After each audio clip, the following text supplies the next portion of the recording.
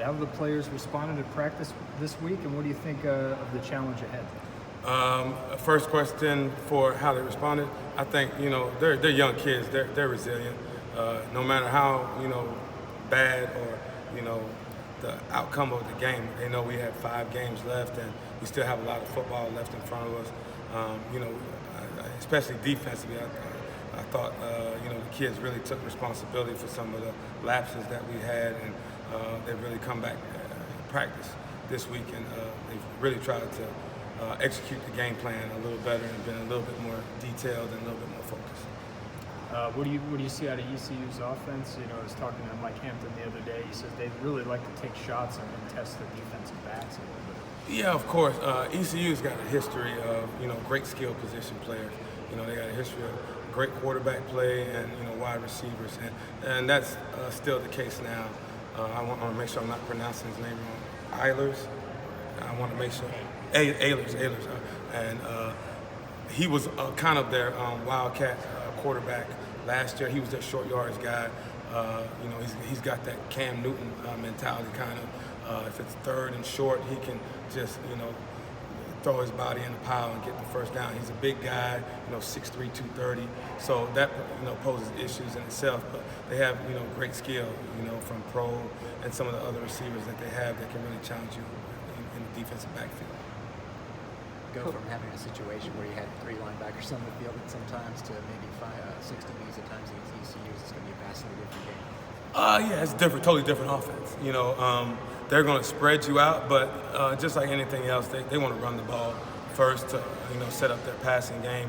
But they will go 4 and 5 wides at times to stretch you out, coverage-wise. So we'll have some different packages, obviously different than what we had versus Navy. Your veteran linebacker Patrick Macon, he's been making a lot of tackles. He's positive. He's providing some good leadership. What are you seeing out of him this year? Just what you said. He's a veteran presence in the locker room and in the meeting room. Obviously not having Nico, as a full participant right now has taken a little bit away, but he's provided some veteran leadership, in that room because he's been, at 2 different places really between the JC and Oklahoma State. So he's seen, a lot of different defenses and been around a lot of different personalities, and he does well meshing with everybody but still getting his point across. Coach, a little more than halfway through the season now, who are maybe a couple of the players on the unit that have improved the most since fall camp? I would probably say, if you started in the secondary, I'd probably say Bentley Sanders would be one that comes to mind. And I think Nixon has been solid as usual. Our expectations for KJ Sales was always very high. I think he's played at that standard. At linebacker-wise, it'd probably be Antonio Greer and Dwayne Boyles. And up front, I have to talk about a kid I didn't think I'd be talking about this year. It'd be Stacy Kirby. I think he's really starting to turn the corner and kind of living up to the expectations we had for him coming out of high school. Yeah, it looks like he made use of his playing time at Navy, too. Yes, he did. He's starting to earn a lot more trust, and his playing time is starting to increase, but it's starting in practice. Mm-hmm. He's starting to really pick up what we're doing on defense, and he starts to flash a lot more than he did in the past. Mm-hmm. Coach, what were the breakdowns on your first 2 Navy touchdowns last Saturday? The first one, it was a drop back pass. When you're playing an option team, we're in man coverage. We had a spy there for the quarterback, and he's a dynamic guy. He made him miss, and we were in man. And when you're in man and they spread you out, he was able to get up the pipe and score. We thought we had it designed pretty well because we had a guy right there, and when he missed it, we couldn't rally back and make the tackle. And on the second one, it was just a straight inside zone with the fullback. Looked like option. We had too many guys that overran the fullback and kind of hit downhill. We had guys there.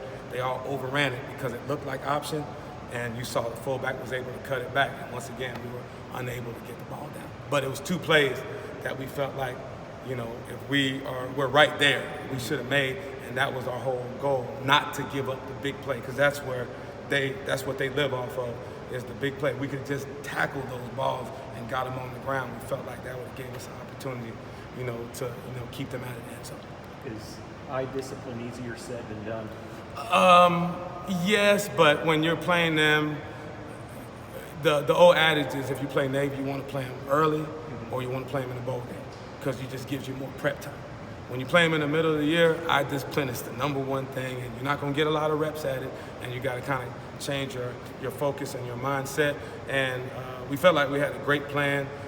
Just like I said, if you just get a guy to fit inside instead of running over the top, getting to the quarterback, the second touchdown's a difference. And we just missed the tackle on the first one. They stretched us out like we talked about.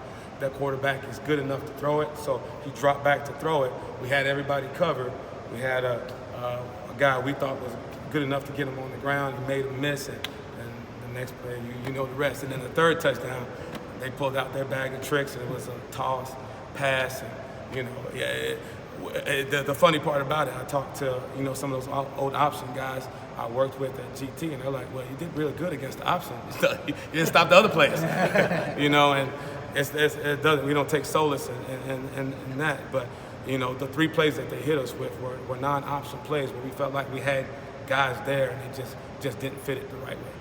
Coach Strong said on Monday that this is an important game coming up at ECU. Where do you see this in terms of how the season can play out? It's always the most important game because it's the next game. We don't ever look ahead, and we can't look back because that's history.